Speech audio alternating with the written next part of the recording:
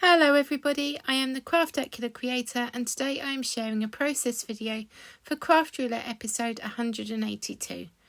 I created this bee themed birthday card using a variety of techniques, including using the Altenew stamp wheel, heat embossing on vellum and adding a lot of tiny gems. The parameters can be seen on the screen. I knew as soon as I saw the card with circles I had to use the stamp wheel to make a wreath. The rest came together nicely. I used vellum as my screen and bears and bees are fuzzy. My vegetable garden is full of corn on a sunny day with a clear blue sky. For this video I will be using distressed white heavy stock, lawn fawn vellum, lawn fawn black licorice cardstock, the honeycomb stencil, the You're a Keeper stamp set, which was a gift free with purchase from the May 2023 release, and the High 5 stamp set. I will also be using a Sizzix Flowers and Dots embossing folder, Distress Oxide ink in Mustard Seed, and a Picket Fence Studio ink pouncer. A range of Copics, and quite a large sheet of adhesive gems. To start, I take out the Altenew stamp wheel and position one of the bees from the High 5 set. I ink it up, flip over the plates and stamp the first bee. Then I go clockwise around the wheel, inking and flipping all the way round. Once you get used to the process, it goes quite quickly and I always love the end result. I use VersaFine Onyx ink because I intend to heat emboss next.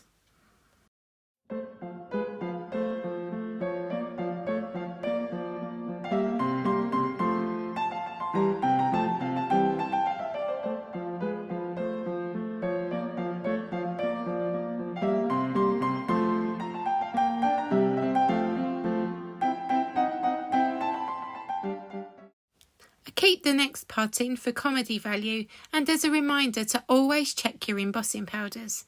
I had stamped my whole wreath of bees, prepared my vellum for heat embossing, poured on what I thought was my clear embossing powder, only to realise that it was white. I was laughing at myself here because the boxes aren't even the same size and they are labelled.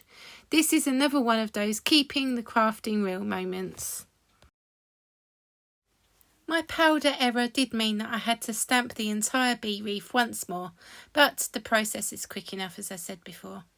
This time I used the correct heat embossing powder and I have left in the magic of heat embossing here. I love seeing the bees become shiny.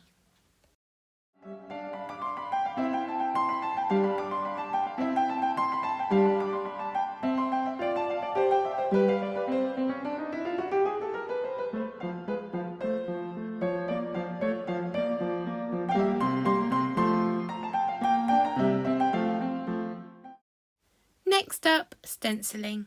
Now, as much as I try to keep my stenciling contained to the area I need, somehow I always go over the edge and get ink where I don't want it to be.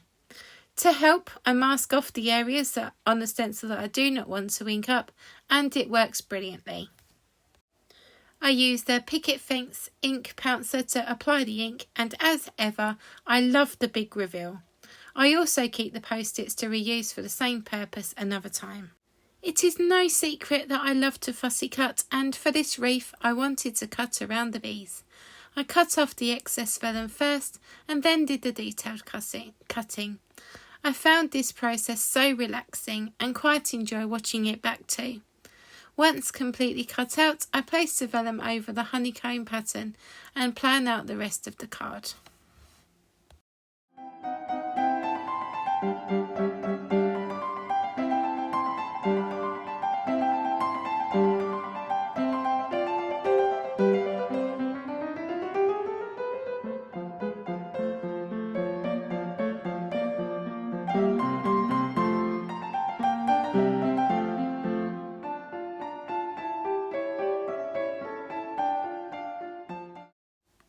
I stamp out the bear beekeeper and colour him using Copic markers. Towards the end of this clip I cut out the bear and add some details to make him look fuzzy. As I colour, I will tell you about Craft Roulette. It is the ultimate YouTube card making game show on almost every Friday evening at 6:10 p.m. Central Time in the US, 12:10 a.m. UK time. Mary Gunn, the hostess, spins the wheel, 4 craft parameters are chosen, guest crafters react, collect supplies and then spend a while crafting and chatting. It allows a great community of crafters from all over the world to get together via YouTube, the Craft Roulette Facebook page and the amazing craftroulette.live website.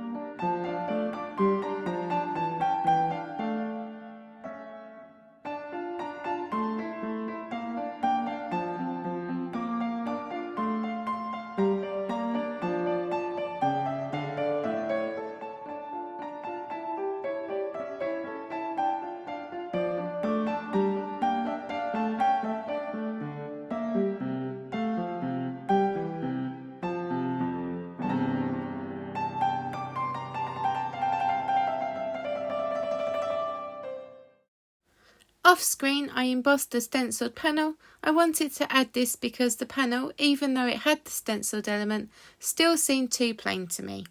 I trim it down and leave space around the edge to see the black border. I stamped and die cut the sentiment banner, and here I share my favourite method for adding interest to a banner. I use a coordinating marker to go around the edge.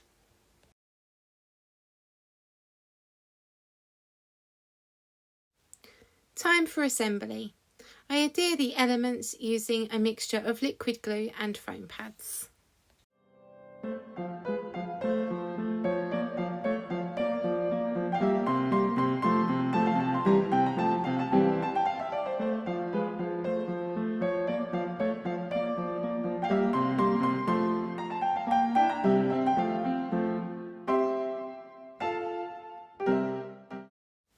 When using vellum, there are many techniques to hide the glue. This time I decided to add tiny adhesive gems to the wings of the bees and then put tiny dots of glue on the reverse side. So this method is pretty and functional. Bonus!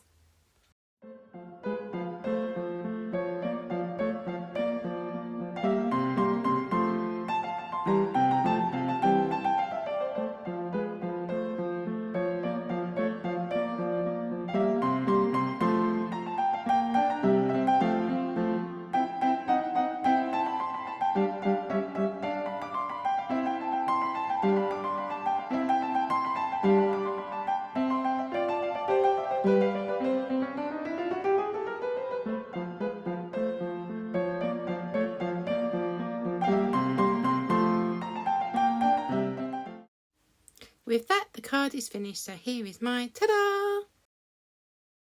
I am very happy with the outcome of this card.